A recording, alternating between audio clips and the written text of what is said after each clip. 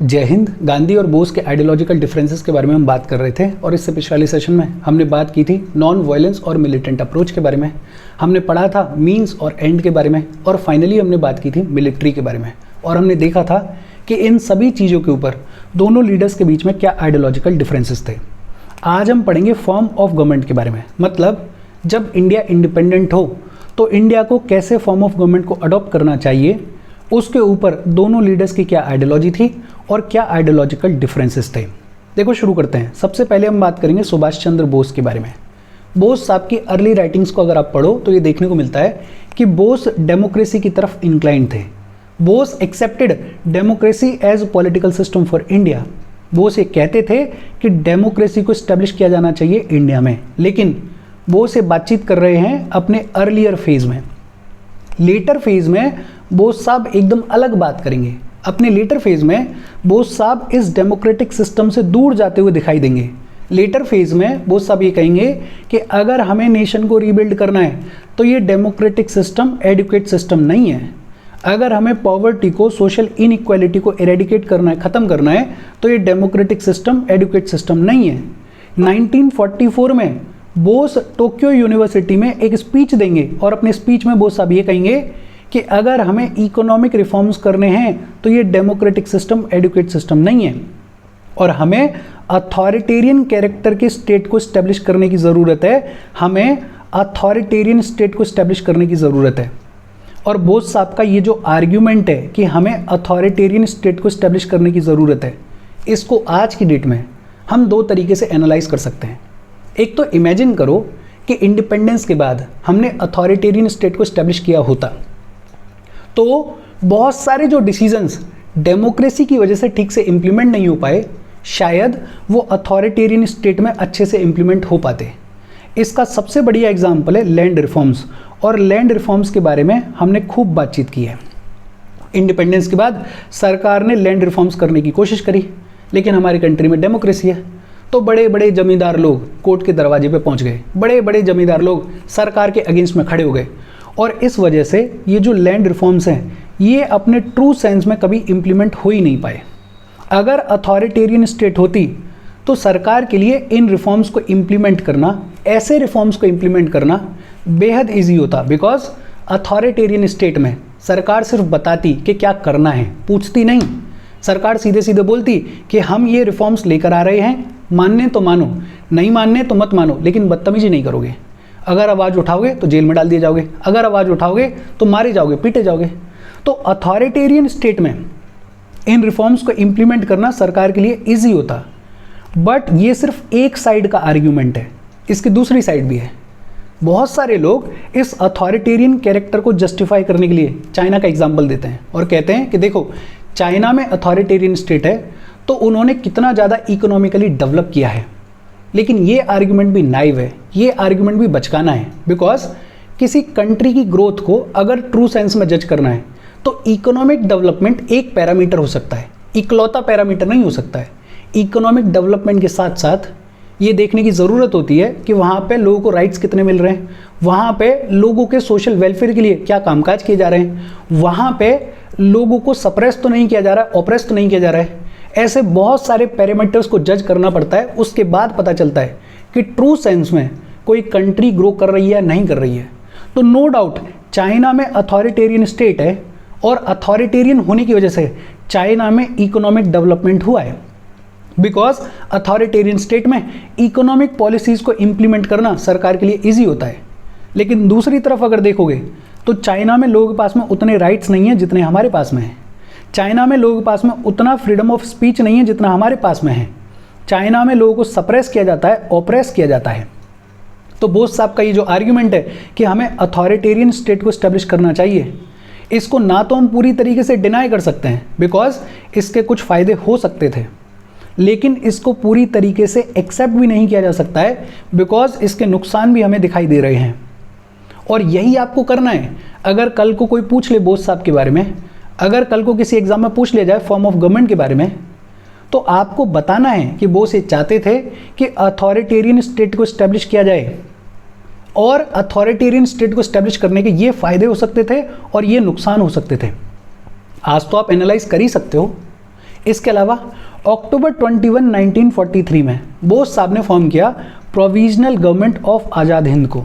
बोस साहब ने फॉर्म किया provisional government of free India को। और जब बोस साहब ने इस प्रोविजनल गवर्नमेंट को सेटअप किया तो बोस साहब उस टाइम पे इंडियन नेशनल आर्मी के सुप्रीम कमांडर हुआ करते थे। जब इस प्रोविजनल गवर्नमेंट को सेटअप किया गया तो बोस साहब इंडियन नेशनल आर्मी के सुप्रीम कमांडर बने रहेंगे और साथ ही साथ खुद को head of the state declare करेंगे, खुद को इस प्रोविजनल गवर्नमेंट का प्राइम मिनिस्टर डिक्लेयर करेंगे, खुद को इस गवर्नमेंट का minister for war and foreign affairs declare करेंगे।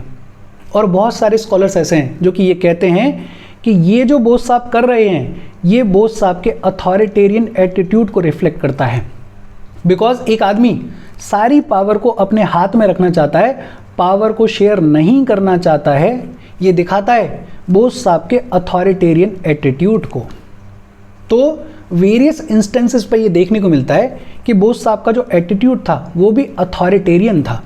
इनफैक्ट अर्ली 1930s में बोस साहब ये कहते थे कि इंडिया को जो है मॉडर्न यूरोप के सिंथेसिस के तौर पे डेवलप किया जाना चाहिए। और उस दौर में यूरोप में दो आइडियोलॉजीज बड़ा प्रोमिनेंटली चल रही थी। एक तो सोशलिज्म जो कि ज़्यादातर यूरोप में चल रहा था, और दूसरा फासिज्म जो कि इटली में, जो कि नाजी जर्मनी में देखने को मिलता था। बोस साहब ये कहते थे कि हमें सोशलिज्म और फासिज्म इन दोनों के सिंथेसिस के तौर पे इंडिया में पॉलिटिकल स्ट्रक्चर को डेवलप करना चाहिए।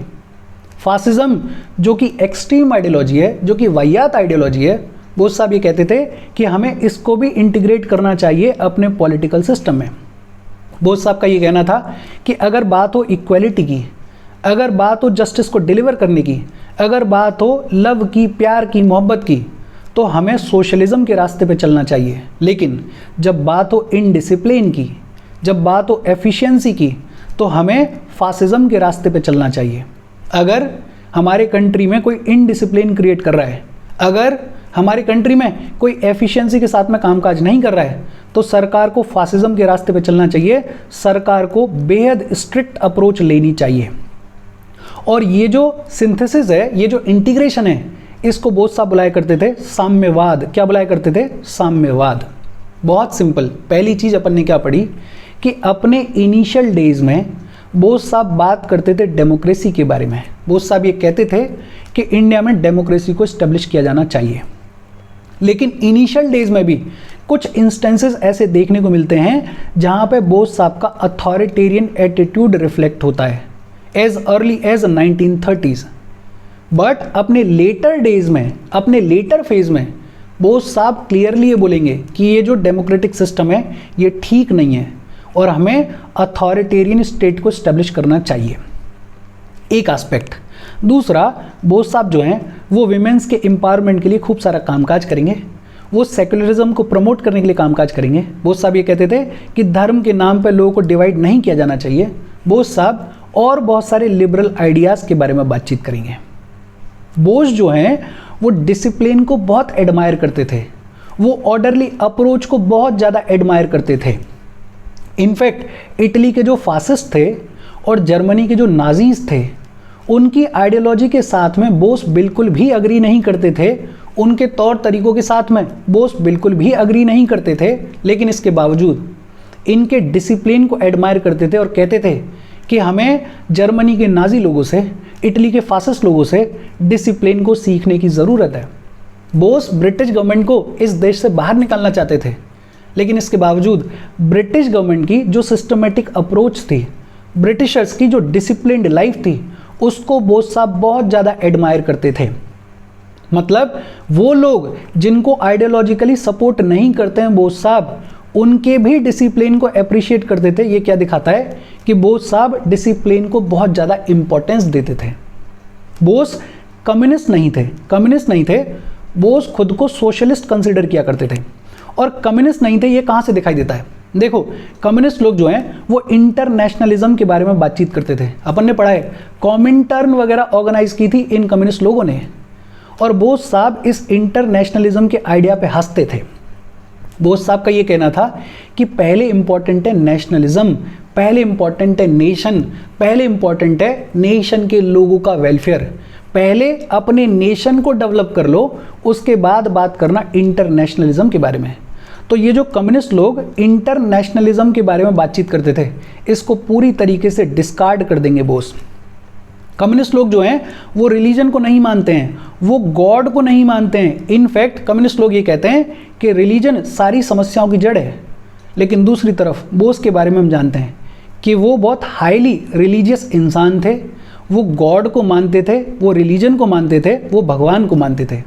मतलब कम्युनिस्ट लोगों के दो प्रोमिनेंट आइडियाज़, एक तो इंटरनेशनलिज्म, इसको पूरी तरीके से रिजेक्ट करेंगे, और दूसरा कम्युनिस्ट लोग जो भगवान को नहीं मानते हैं, रिलीजन को नहीं मानते हैं, बोस उसको मानते थे। बोस साहब का ये भी कहना था कि मार्क्स के जो भी आइडियाज़ हैं उनको इंडिया में अप्लाई नहीं किया जा सकता है विदाउट मॉडिफिकेशन। 3-4 चीज़ें अपन ने पढ़ी।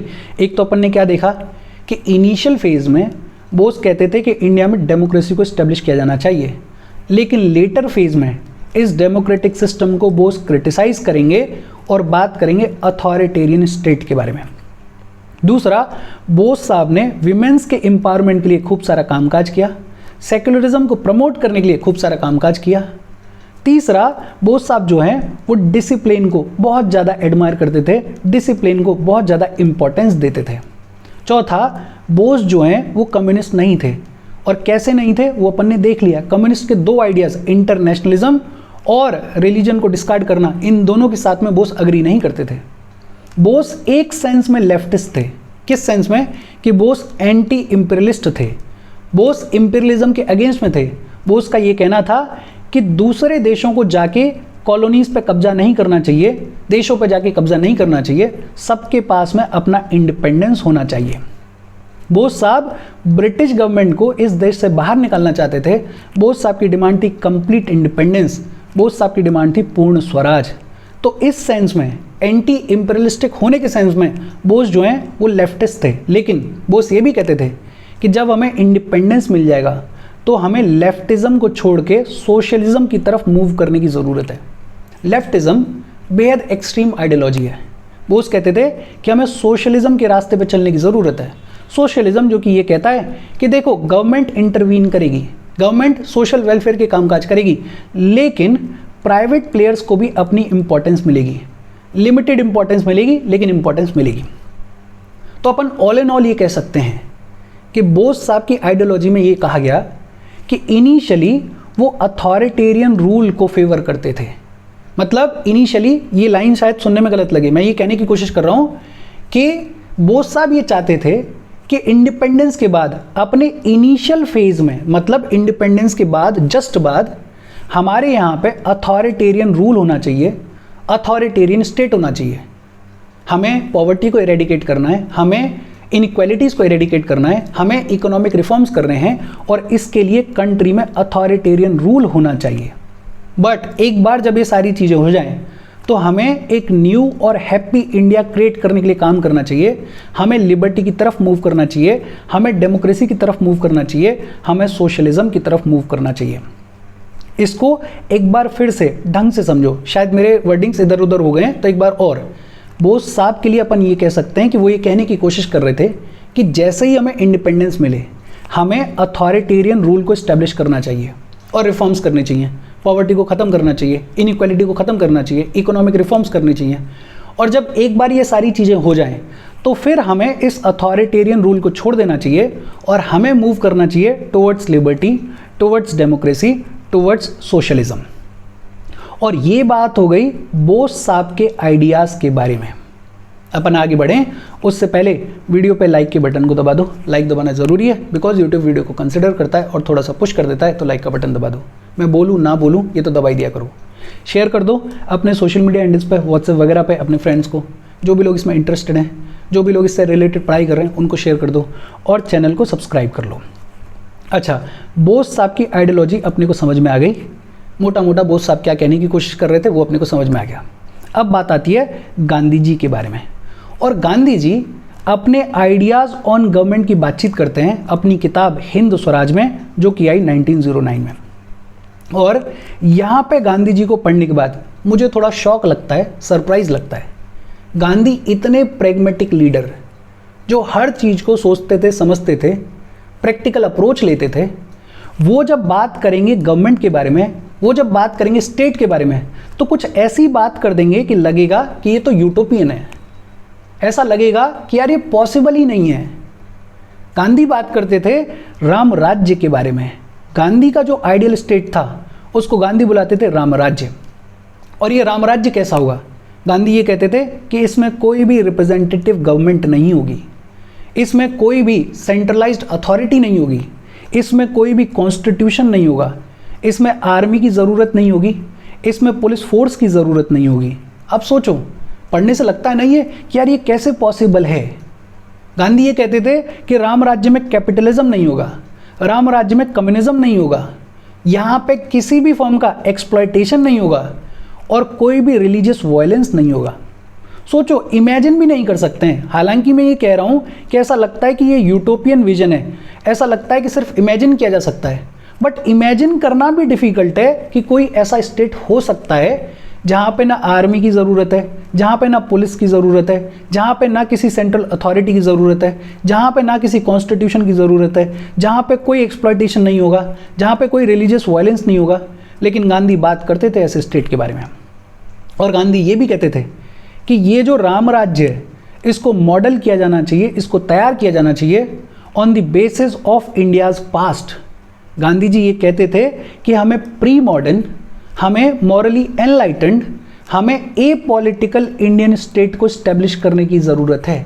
गांधी ये कहते थे कि इस राम राज्य में सेल्फ गवर्नेंस होगी, इस राम राज्य में लोग खुद और कम्युनिटी के लेवल पे सेल्फ गवर्नेंस करेंगे, कोई भी सेंट्रल अथॉरिटी इस राम राज्य में नहीं होगी। सोचो कितना यूटोपियन विजन है, कितना मतलब सोच के बियॉन्ड विजन है कि गांधी ये कह रहे हैं कि ऐसा स्टेट पॉसिबल हो सकता है। गांधी ये कहते थे कि देखो, स्टेट को अगर पावर दी जाए तो नो डाउट स्टेट अपनी पावर को यूज़ करके एक्सप्लॉयटेशन को कुछ कम कर सकती है, लेकिन नुकसान ज़्यादा है। नुकसान क्या है कि स्टेट की पावर जो है वो किसी भी इंसान की इंडिविजुअलिटी को ख़त्म कर देती है, और इंडिविजुअलिटी जो होती है वो रूट ऑफ प्रोग्रेस होती है। और यहाँ पे थोड़ा बहुत अपन अग्री कर सकते हैं, बिकॉज स्टेट नियम बना देगी, कानून बना देगी, स्टेट आपको कंडीशन करेगी, लीडर्स आपको कंडीशन करेंगे और एक तरीके से आपको बताएंगे कि आपको क्या सोचना है, क्या नहीं सोचना है। आपकी इंडिविजुअलिटी, आपकी जो क्वेश्चनिंग की पावर है उसको ख़त्म करने के लिए काम करती है स्टेट की पावर, और ये जो इंडिविजुअलिटी है ये रूट ऑफ प्रोग्रेस है। तो गांधी जी इस पावर ऑफ स्टेट के अगेंस्ट में इसलिए भी थे। गांधी जी पार्टी सिस्टम को लेके भी स्केप्टिकल थे। गांधी जी का ये मानना था कि ये जो पार्टी सिस्टम है इसमें भी अपनी कमियां हैं। गांधी जी ये कहते थे कि पार्टी सिस्टम एक आइडियोलॉजी के बेस पर बनता है, और पार्टी सिस्टम में दिक्कत ये आती है कि उस पार्टी के लोग उस आइडियोलॉजी के बियॉन्ड चीज़ों को सोच ही नहीं पाते हैं, देख ही नहीं पाते हैं, और ये अपने आप में प्रॉब्लम है। गांधी जी ये कहते थे कि रिप्रेजेंटेटिव डेमोक्रेसी लोगों को जस्टिस प्रोवाइड कर ही नहीं सकती है। गांधी जी बात करते थे स्टेटलेस सोसाइटी के बारे में। गांधी जी बात करते थे एक ऐसी सोसाइटी के बारे में जहाँ पे कोई सेंट्रल अथॉरिटी नहीं होगी, एक ऐसी सोसाइटी के बारे में जहाँ पे कोई गवर्नमेंट नहीं होगी। गांधी जी सेंट्रलाइजेशन को अपोज करते थे। पहले तो गांधी जी यही कहते थे कि भाई कोई सेंट्रल अथॉरिटी होनी नहीं चाहिए, लेकिन अगर कुछ है भी तो गांधी ये कहते थे कि जितना हो सके उतना ज़्यादा हमें डिसेंट्रलाइजेशन करना चाहिए। पॉलिटिकल लेवल पे, इकोनॉमिक लेवल पे हमें डिसेंट्रलाइजेशन करना चाहिए, पावर को शेयर करना चाहिए। और ट्रू सेंस में डिसेंट्रलाइजेशन कब होगा? जब विलेजेस को एम्पावर किया जाएगा, और ये जो विलेजेस हैं ये सेल्फ सफिशिएंट यूनिट होंगे, ये अपने आप में कैपेबल होंगे, और इस विलेज के जो लोग होंगे वो एब्सोल्यूट ट्रुथ के ऊपर काम करेंगे, एब्सोल्यूट नॉन वायलेंस के ऊपर काम करेंगे। और ये भी थोड़ा यूटोपियन लगता है, ये भी थोड़ा इमेजिनरी लगता है कि गांधी ये कह रहे हैं कि एक ऐसा गांव होगा जो कि सेल्फ सफिशिएंट होगा, और उस गांव के सभी लोग एब्सोल्यूट ट्रुथ को प्रैक्टिस करेंगे, एब्सोल्यूट नॉन वायलेंस को प्रैक्टिस करेंगे। इस गांव को एडमिनिस्टर करने के लिए एक पंचायत होगी जो कि लोकल सेल्फ गवर्नमेंट की यूनिट होगी। इस पंचायत में सिर्फ 5 लोग होंगे जिनको हर एक साल इलेक्ट किया जाएगा, और ये जो पंचायत है ये विलेज कम्युनिटी को रिप्रेजेंट करेगी। ये विलेज में जितनी भी अथॉरिटी है उसकी कस्टोडियन होगी। और सबसे बड़ी बात, ये जो पंचायत है ये ऑटोनोमस पॉलिटिकल इंस्टीट्यूशन होगी, इसके ऊपर कोई सेंट्रल अथॉरिटी नहीं होगी। गांधी जी बात कर रहे हैं एक ऐसे सिस्टम के बारे में। गांधी जी ये कहते थे कि आइडियल स्टेट वो होगा जहाँ पे किसी के पास में कोई भी पॉलिटिकल पावर नहीं होगी। और पॉलिटिकल पावर क्यों नहीं होगी? क्योंकि कोई स्टेट होगा ही नहीं। गांधी जी ये कह रहे हैं कि विलेजेस होंगे और ये जो विलेजेस हैं ये सेल्फ सफिशिएंट होंगे और ये ऑटोनॉमस पॉलिटिकल इंस्टीट्यूशंस होंगे। इनके ऊपर कोई सेंट्रल अथॉरिटी नहीं होगी, ये खुद से खुद को एडमिनिस्टर करेंगे। कोई स्टेट नहीं होगा, किसी के पास में कोई पॉलिटिकल पावर नहीं होगी। ये सब कुछ पढ़ने के बाद अपने को समझ में आ रहा है ना कि ये ऐसे आइडियल्स हैं जो कि कभी रियलाइज नहीं होंगे। तो अपन ये कह सकते हैं कि गांधी जी एक तरीके से ये कह रहे थे, government which governs the least is the best. मतलब जो मैक्सिमम पॉसिबल इन आइडियल्स के पास में पहुंचा जा सकता है वो यहाँ तक पहुंचा जा सकता है कि एक ऐसी गवर्नमेंट को एस्टेब्लिश कर दिया जाए जो कि कम से कम गवर्न करे। बिकॉज आइडियलिस्टिकली ये पॉसिबल नहीं है कि कोई ऐसी कंट्री बन जाए जिसमें कोई सेंट्रल अथॉरिटी ही नहीं है। जूडिथ ब्राउन जो हैं, जो कि हिस्टोरियन है, वो गांधी जी को इस सेंस में एनार्किस्ट बोलेंगी, अराजकतावादी बोलेंगी कि ऐसी बात कर रहे हैं कि कोई सेंट्रल अथॉरिटी नहीं, कोई आर्मी नहीं, कोई पुलिस नहीं, फिर तो कितना डिसऑर्डर हो जाएगा। एक तरीके से गांधी बात कर रहे हैं एनार्किस्ट के जैसे। गांधी जी का मानना ये था कि डेमोक्रेसी सिर्फ तब पॉसिबल हो सकती है जब लोगों के बीच में हाई मोरालिटी हो। अगर लोगों के बीच में हाई मोरालिटी नहीं होगी तो डेमोक्रेसी पॉसिबल ही नहीं है। बिकॉज अगर हाई मोरालिटी होगी तो इवेंचुअली लोग अपनी रिस्पॉन्सिबिलिटी को समझेंगे, और जब लोग अपनी रिस्पॉन्सिबिलिटी को समझेंगे तो वो एक दूसरे की रिस्पेक्ट करेंगे, वो एक दूसरे के राइट्स को प्रोटेक्ट करेंगे। मतलब गांधी जी का जो एम्फोसिस है वो ड्यूटीज़ के ऊपर ज़्यादा है, राइट्स के ऊपर कम है। देखो बहुत सिंपल, एक बार फिर से देखते हैं। बोस साहब की आइडियोलॉजी अपने को समझ में आ गई, उनकी थोड़ी क्लियर कट बातें हैं। लेकिन गांधी बात कर रहे हैं एक ऐसे यूटोपियन विजन के बारे में जिसको इमेजिन करना भी डिफ़िकल्ट है। गांधी बात कर रहे हैं राम राज्य के बारे में, एक ऐसे स्टेट के बारे में जिसमें कोई रिप्रेजेंटेटिव गवर्नमेंट नहीं है, जिसमें कोई सेंट्रल अथॉरिटी नहीं है, जिसमें कोई आर्मी नहीं है, जिसमें कोई पुलिस नहीं है, जिसमें कोई कॉन्स्टिट्यूशन नहीं है। गांधी ये कह रहे हैं कि इस राम राज्य में किसी भी फॉर्म का एक्सप्लॉयटेशन नहीं होगा, किसी भी फॉर्म का रिलीजियस वायलेंस नहीं होगा।